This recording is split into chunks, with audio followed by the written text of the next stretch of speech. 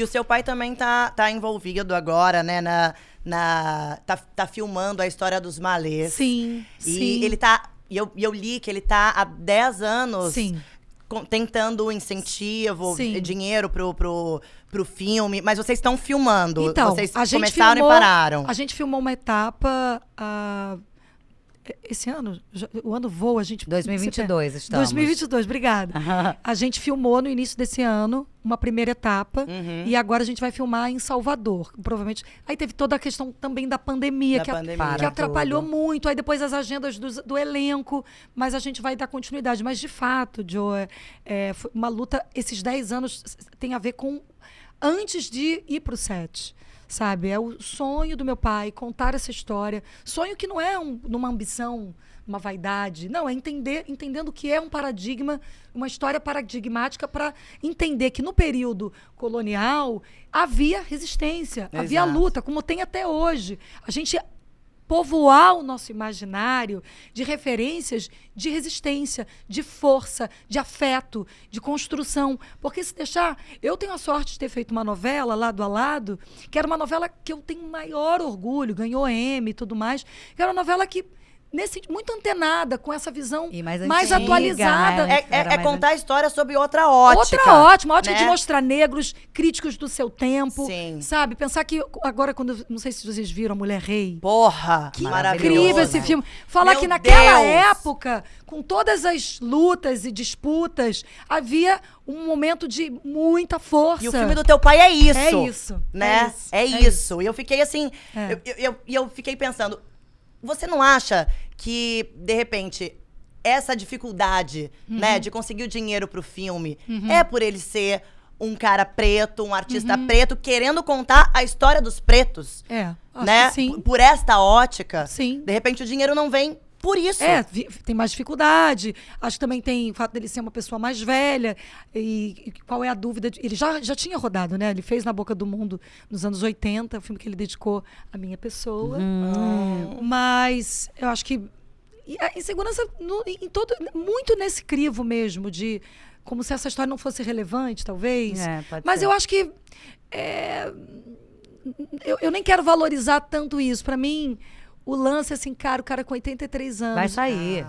No set. Né, é porque eu tô querendo lembrar desse set. Sim. Sabe, tocando barco, com alegria e encantamento de toda a equipe. Demais. Sabe? Muito lindo, não, assim. Tem O cara tá rodando, ele não só, né, o Malês, ele como diretor, mas assim, eu acho que nesses últimos 2 anos, meu pai fez, sei lá, 3 filmes, 10 filmes, 3 séries, eu não vou saber a contabilidade, mas é uma loucura. Meu pai não para, né? Para. Joga futebol, tá? Ai, amo. Ele é mais jovem que Não nós. para, tá sempre sorrindo, maravilhoso, nos lugares. Eu lembrei aqui de uma capa que você fez com seu pai, da revista Raça. Sim. Que você diz, uma frase que você fala, tenho orgulho de ser negra. Sim, sim. E foi um escândalo, né, na época, assim, no sentido... As pessoas não te viam como mulher negra por conta do colorismo? Como que acho que tem isso. No Brasil... Eu acho que até hoje tem gente que ainda não te vê como mulher preta. Pois é, porque tem essa questão de o fenótipo ser claro, então não é. E comigo acontecia assim, por que você fala isso? Sério? Olha. Você é tão linda. Assim, querendo, como se estivesse cuidando de mim, sabe? Te protegendo. Como se estivesse me protegendo. Uma coisa bem... É aquela famosa infeliz frase, né? Mas, nossa, mas você não parece preta. Meio isso, né? Mesmo. O sentido é esse. E você sentiu isso? Cara, naquele momento, assim, eu tinha acho que 17 anos quando eu fiz essa capa, eu e ele. E é só o que é. É só a minha identidade. Eu não estava falando isso, eu não tinha a dimensão do que isso poderia simbolizar para outras pessoas. É o meu sentimento. E é muito doido, milhões de anos depois, quando encontrei com a Sueli Carneiro, e ela falou para mim, assim, eu fiquei muito emocionada. Primeiro, Sueli Carneiro, uma pessoa do panteão das nossas pensadoras no nosso país. E, enfim, uma figura fantástica. Eu realmente leio as coisas dela, eu livro Gueledés, Instituto Gueledés, todo o legado que ela vem fomentando até hoje. Aliás, o podcast que ela fez com o Mano Brown, das coisas mais sensacionais que eu vi nos últimos tempos. Mas ela falou assim, olha, você não tem ideia do que aquilo simbolizou para muitas meninas pretas. Aquela tua capa, aquele seu orgulho de ser negra, estava inaugurando uma coisa muito importante, que não era falado publicamente. Mas, sinceramente, Fepa, Joe, eu não falei isso sabendo que isso é só o que é. É só Sim, o óbvio. Só o que eu sinto. Sim, o que você sente. Sabe? Como eu me identifico, como eu fui criada, como eu me visto, como eu me olho no espelho. Sou preta. E se você acha que não é, gente, obrigada, desculpa, o problema é seu. Beijo. Eu não tenho nada a ver com isso. Mas é a minha identidade. E você acha que, assim, durante a tua vivência, né, por as pessoas, de repente, acharem que você não é uma mulher preta ou tão preta como dizem, Sei. né? Você acha que você passou por menos situações racistas do que o teu pai e o teu irmão, que são pretos retintos? Tem uma coisa, eu lembro, teve uma época que eu fiz uns encontros, as Xotas, na minha casa. Das Xotas. E isso tudo começou... Explica pras pessoas. Vou explicar. Do nada, uma Xota no ar. A gente tá gostando, né, das Xotas. Eu adoro falar de Xota. Ainda mais desse período, que foi muito, muito lindo. O que era? Eu fui chamada para ser embaixadora da ONU Mulheres. E entendi... E quando eu fui chamada, assim, que legal, mas tipo, peraí, como é que eu vou dar conta disso? O que isso significa? Eu vou falar como disso? Eu fiquei muito em pânico. Eu recusei, na verdade. Não por não querer, assim, preocupação, respeito ao que achar que não vai dar conta. Achar que não vai dar conta, né? Me preocupada com isso. Aí, a Bel... Que foi quem me fez o convite, ela, não, você não sabe, a questão não é sobre o que você já simboliza, o legado que você tem da tua história, isso já fala muito, sabe? A gente precisa de alguém que dê voz às causas, aos trabalhos, os projetos que a gente toca aqui, acho que você é a pessoa perfeita para isso. Aí eu topei, mas topei assim, então vamos fazer o seguinte, uma vez por mês ou... Cada semestre a gente tem uma roda de conversa com o staff para me atualizar, para eu entender o que está acontecendo. E eu, pensando comigo, não, mas eu vou fazer o meu dever de casa. Eu preciso estudar. E aí... Juntou as amigas. Aí chamei... Não, aí que tá, não era com as amigas. Não. Eu chamei... É verdade, não no tinha primeiro momento, aí eu pensei, conversei com a Márcia Tiburi. Sim. E conversei com a Djamila. Com as duas eu falei, olha, eu tô querendo estudar feminismo. Você topa... Pra gente pensar uma maneira, você me indicar livros, larará. Aí teve toda aquela parada do Zé Maia.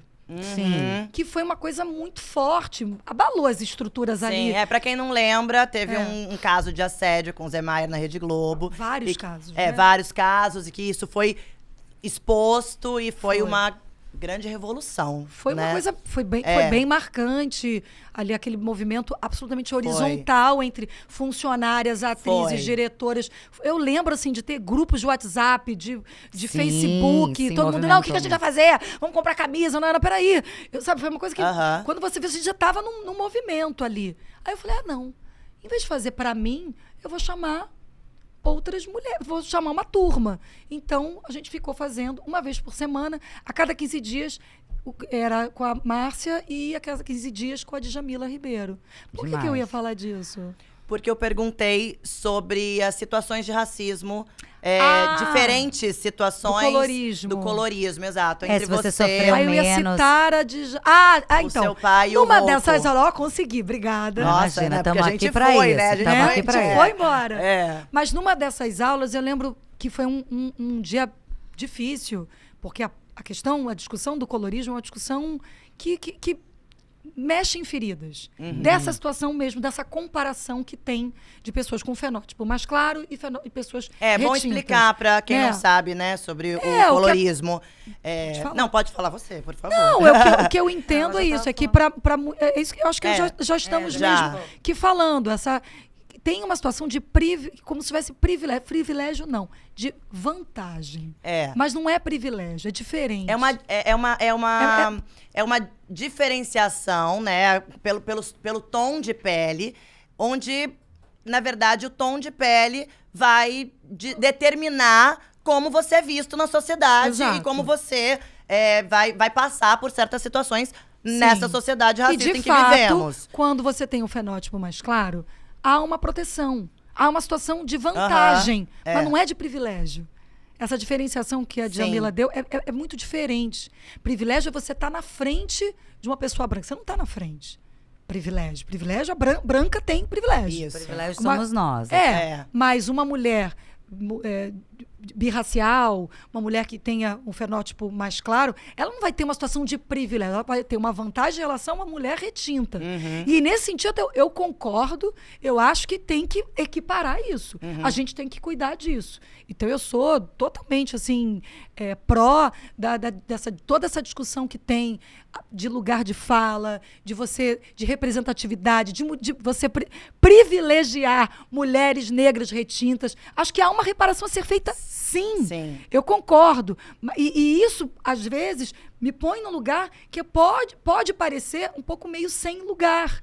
Mas não, meu lugar é meu lugar. Meu lugar é meu trabalho, meu lugar é a minha voz, meu lugar são as minhas ações e as minhas alianças. E eu sou preta da aliança, sabe? Se tem uma coisa que tem a ver com o meu pai, é de uma pessoa que viveu tanta coisa, tanta dor, negações, mas ele nunca deixou de ser aliado. Nunca deixou. E eu acho isso um legado que eu tenho dele.